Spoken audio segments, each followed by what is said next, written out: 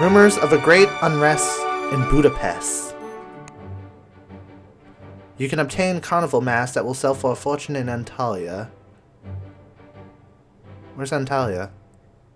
Oh, right over there. Ooh, that could actually... Oh, smart. Okay, I have a plan then.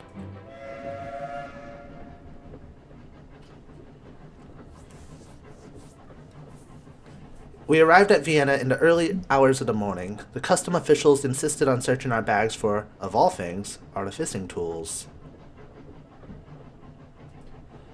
I queried the official. Foreigners are forbidden for masking automata within the borders of the Austro-Hungarian Empire, he repeated with a bold expression. A strange state of affairs. But I was hardly one, so it mattered little. The sun rose in the sky as we left the station, illuminating the wide, tree-lined avenues of Vienna in pale, welcoming light.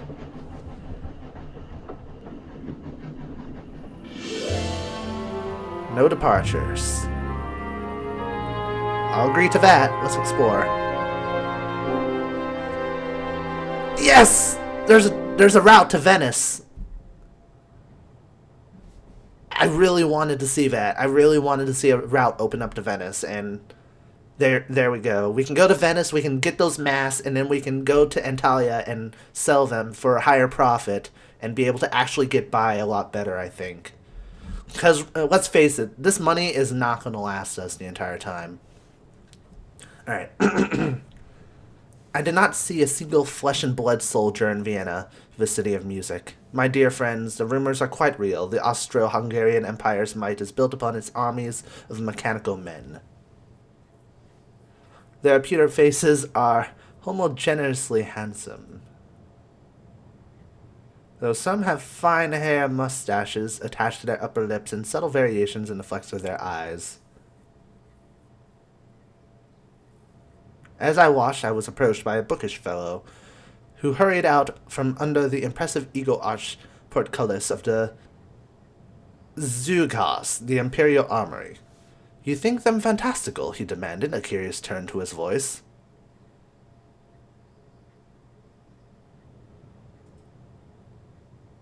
Terrifying, I replied. Automata built for war? It is worse than you can imagine, he replied. He stuck out his hand. Herr Danzer, apprentice engineer in the Imperial Kriegsorchester.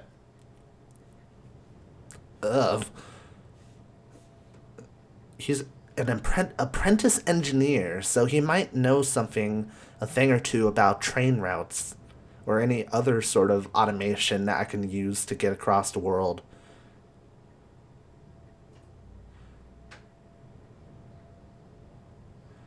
We went to a cafe to talk, and once he started, he would not stop. Have you noticed none of the mechanical soldiers carry weapons? He hissed. What did you make of that?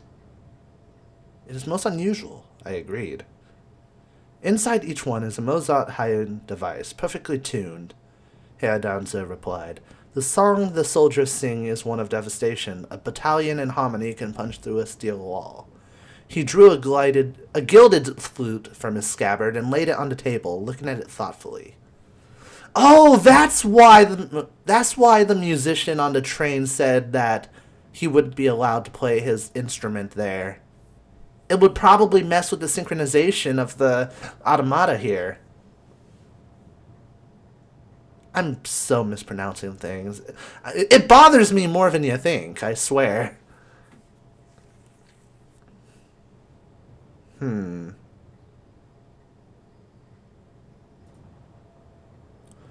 That flute is how you control them, I hazarded. He nodded sadly. Yes, the music people control them with our instruments.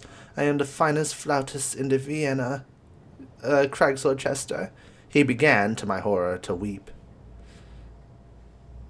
I am not a stealing man, so I patted his hand to comfort him, and he gazed at me inconsolably. As a boy, I dreamed of joining the Artificers Guild, he confessed, voice hushed. But for someone born in this country, it is impossible. The Kaiser and the Guild are sworn enemies. I pitied his circumstances. To have his gifts twisted to a terrible purpose, not of his making, alas, I could only commiserate. He took his flute up once more and sadly put it away, and I gently took my leave. I strolled back along the avenues, watching the city pass by with new eyes. Under its gilded and manicured beauty lurked something sharper and more bloodthirsty. Vienna was at once the city of music and the city of war. Jesus.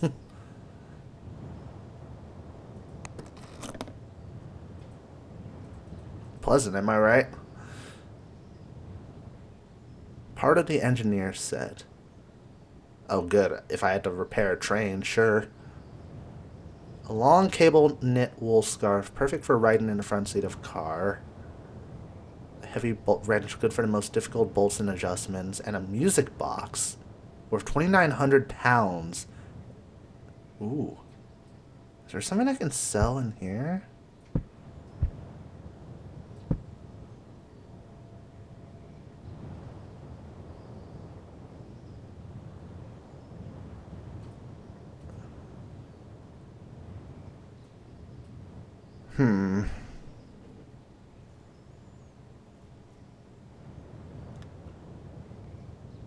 Well, we're not in Venice yet. Let's just take that one guy's word for it.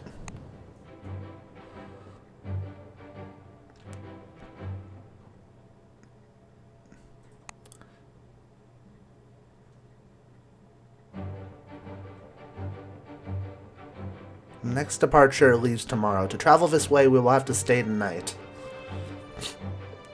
The private car departs for Venice tomorrow before 1 p.m. You can take up to 2 bags, and apparently it will reduce our hearts a bit. I'm good with this route. It'll cost 41.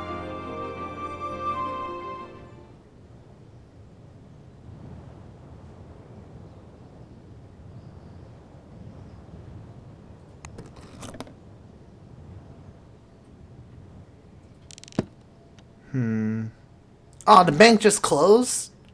It was just open like 2 seconds ago. But seriously, I really want that extra suitcase.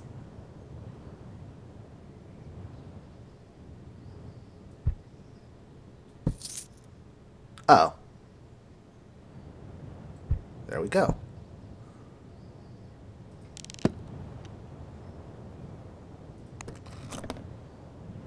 I'm really dumb. No, we're not leaving to Budapest. We are going to Venice.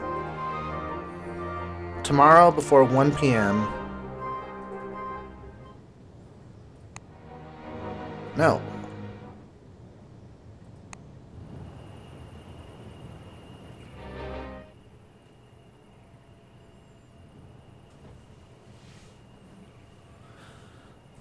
Alright. I didn't realize that I could just drag something into the empty suitcase and then I would have another suitcase. I'm really, really dumb. We found a room in the newly opened Hotel Imperial in a suite built for Duke Philip of Württemberg's maidservant.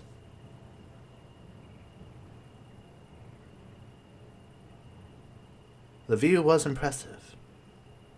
And as I looked, I saw lines and lines of mechanical soldiers marching along the road. The people of the city were moving quickly out of their path, as though these automata could not be trusted.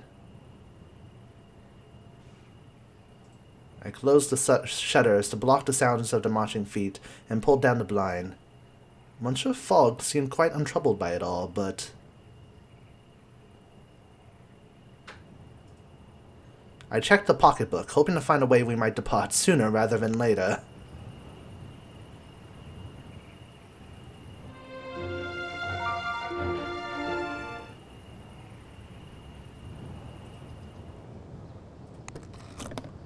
We're pretty much good to go. We're taking the Venice trip here, so that's 41 pounds. I can take up to 2 suitcases. And it's going to be an open road, so it's going to be a little bit bothersome, but whatever.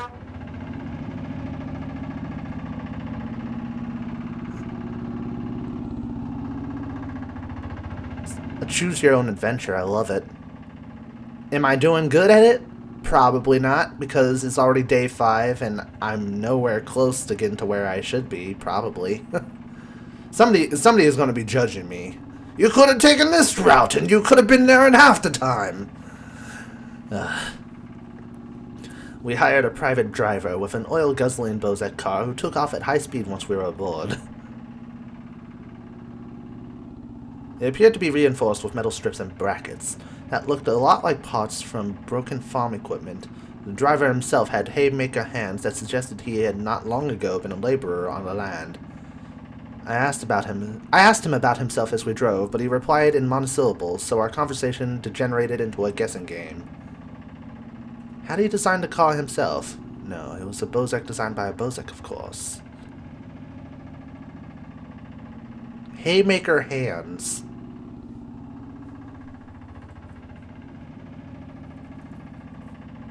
Did he drive often? Of course he did. He had a family to feed, didn't everyone?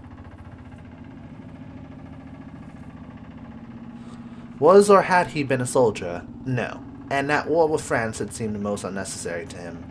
I exhausted him. We fell silent for the sputtering and spurting of the engine as it exploded rhythmically beneath us.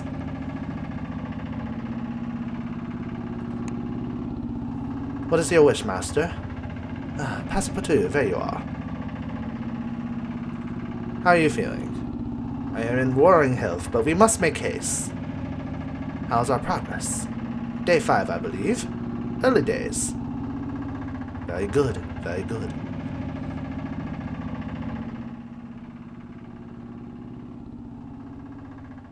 By midday, we had crested the mountains, and our journey down was almost steam-free.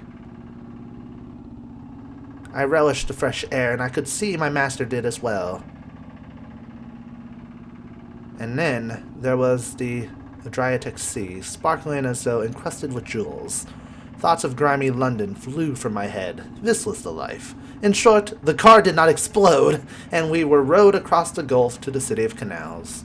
The lamps were just being lit, and we lost ourselves in the narrow, winding alleys, enjoying the smells of grilling fish and red wine, and the sparkle of glass from shop windows.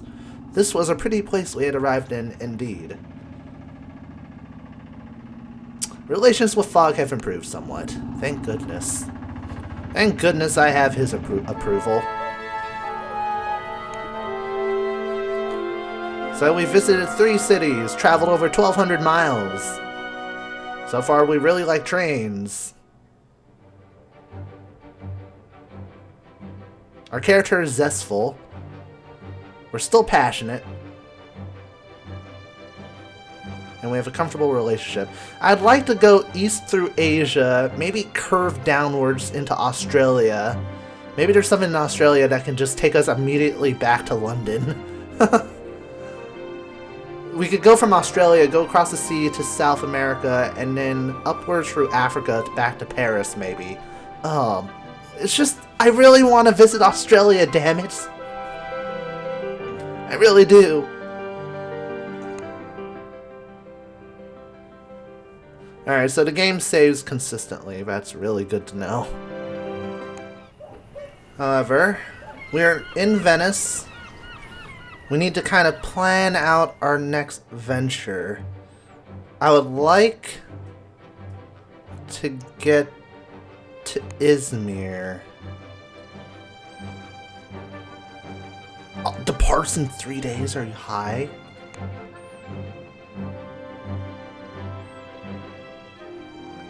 Oh, wait. I expect this departure can be discussed. Alright, negotiate. Thoroughly ungentlemanly behavior. Oh, that's going to be expensive, but... let's make it 2 days. Departs for Athens in 2 days at 11 a.m. I can make up that money. I have a music box that I can sell in Antalya. That's the plan.